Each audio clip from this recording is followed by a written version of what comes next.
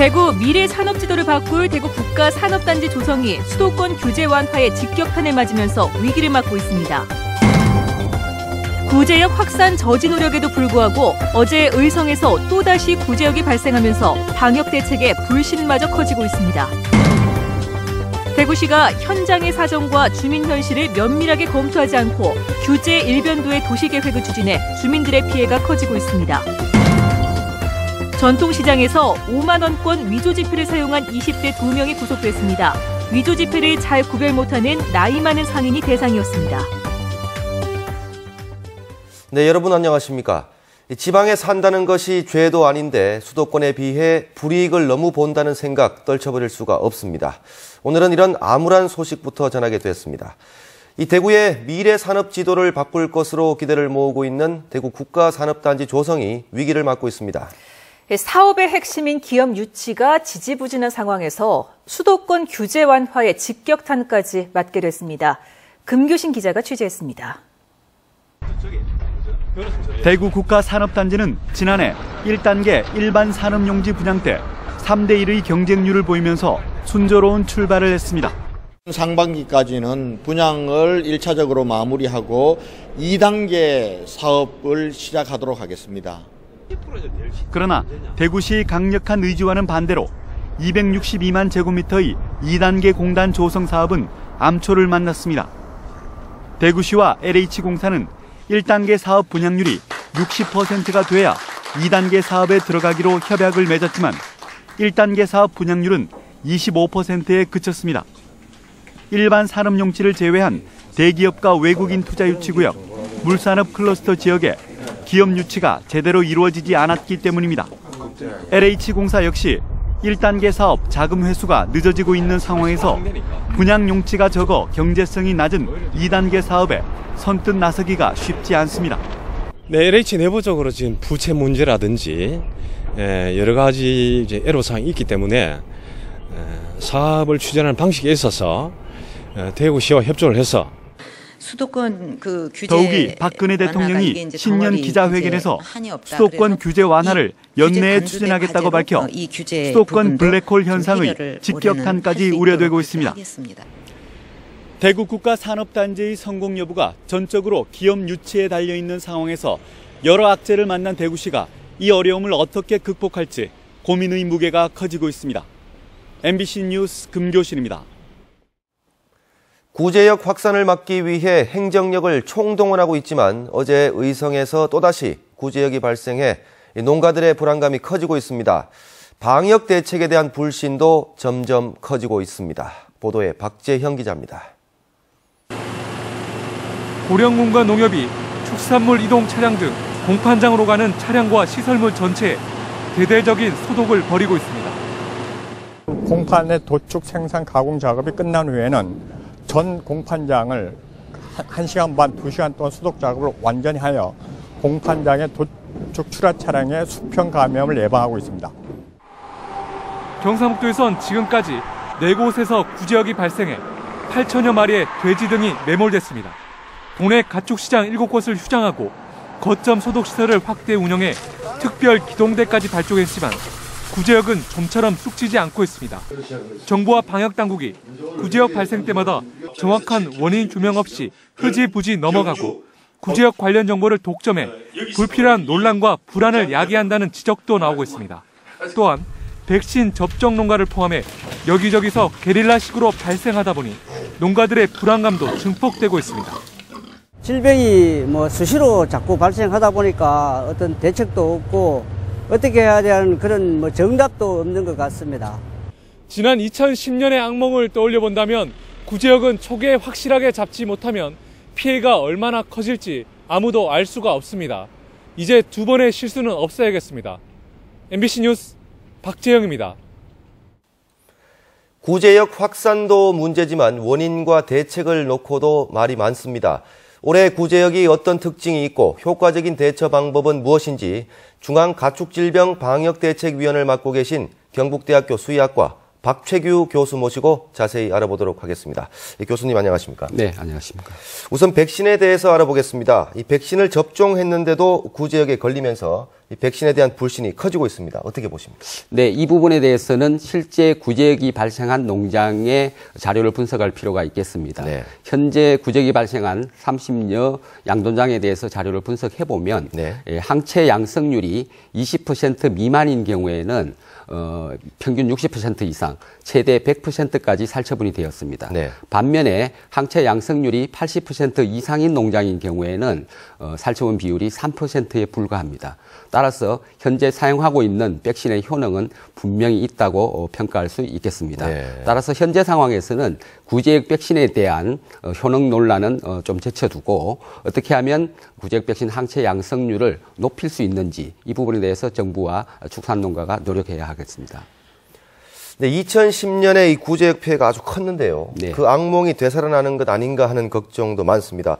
구제역 앞으로 전망 어떻게 보십니까? 네, 2010년도에는 예방접종을 실시하지 않고 있는 상황에서 구제역이 전국적으로 전파되어서 약 300만 두의 가축이 살처분되는 등 막대한 피해를 입혔습니다. 네. 그렇지만 현재는 전국적으로 구제역 예방접종을 실시하고 있기 때문에 2010년도처럼 그렇게 피해가 커지지는 않을 것으로 생각이 됩니다. 네. 그렇지만 현재 그 축산 유통 경로를 타고 구제역 바이러스가 광범위하게 퍼져 있는 것으로 평가가 되기 때문에 이 부분에 대해서 방역 조치를 특별히 강화해야 될 것이라고 생각이 됩니다.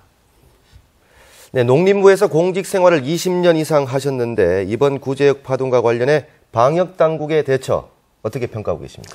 네, 현재 상황에서는 구제역 예방접종에 따른 항체 양성률을 최대한 높이는 것이 제1차적인 방역의 해법이라고 생각이 됩니다. 네. 따라서 이 부분에 대해서는 좀 늦은 감은 있지만 정부에서 비교적 잘 대처하고 있는 것으로 평가가 됩니다. 네. 그렇지만 초기에 진천에서 발생한 이후에 인근 시군은 물론 도경계를 넘어서 경기도와 경북까지 전파된 부분에 대해서는 초기 방역 조치와 함께 차단 방역에 대한 부분은 조금 문제가 있지 않나 이렇게 평가가 됩니다. 네. 따라서 정부와 지자체에서는 이 부분에 대한 보완 대책을 수립해서 시행을 해야 될 것으로 생각이 됩니다.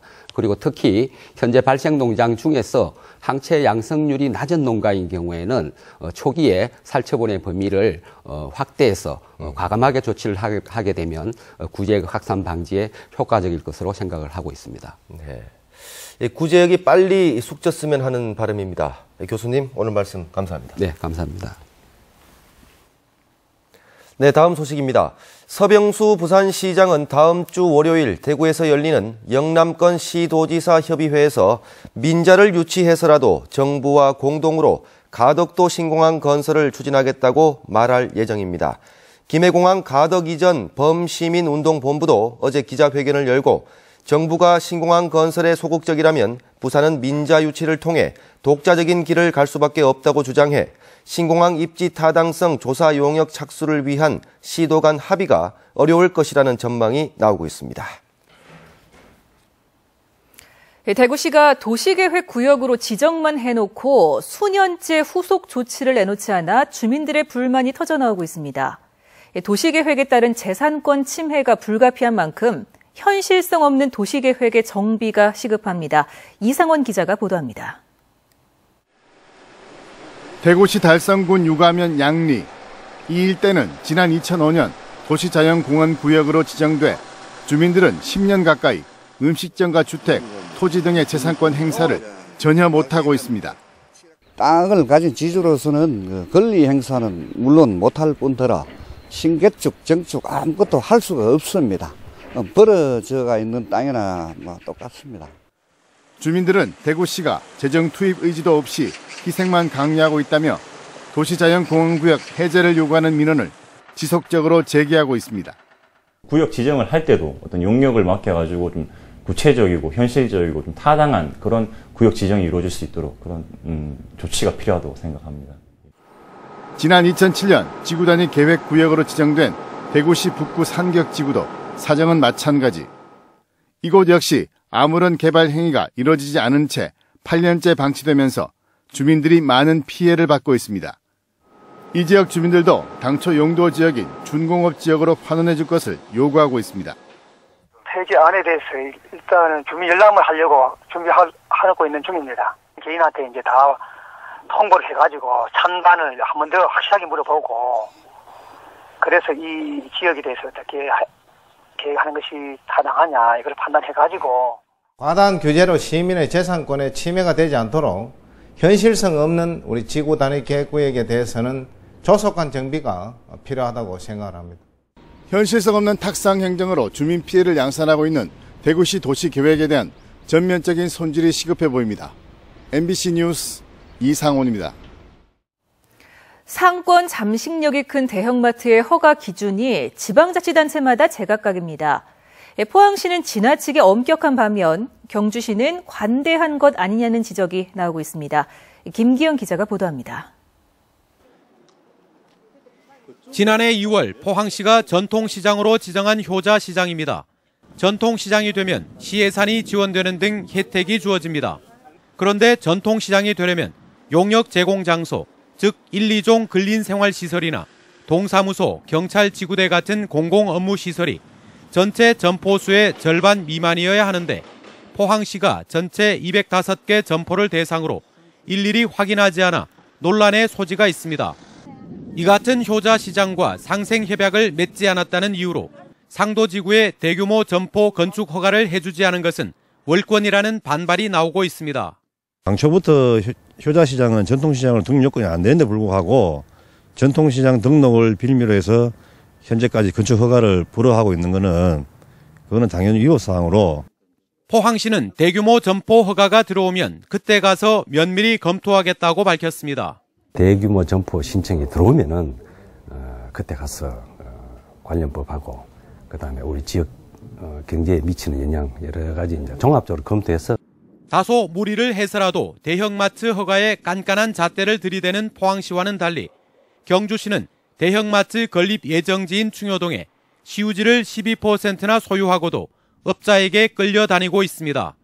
특정 업자의 이익을 위해 시우지를 매각해서는 안 된다며 기존 상인들은 반발하고 있습니다.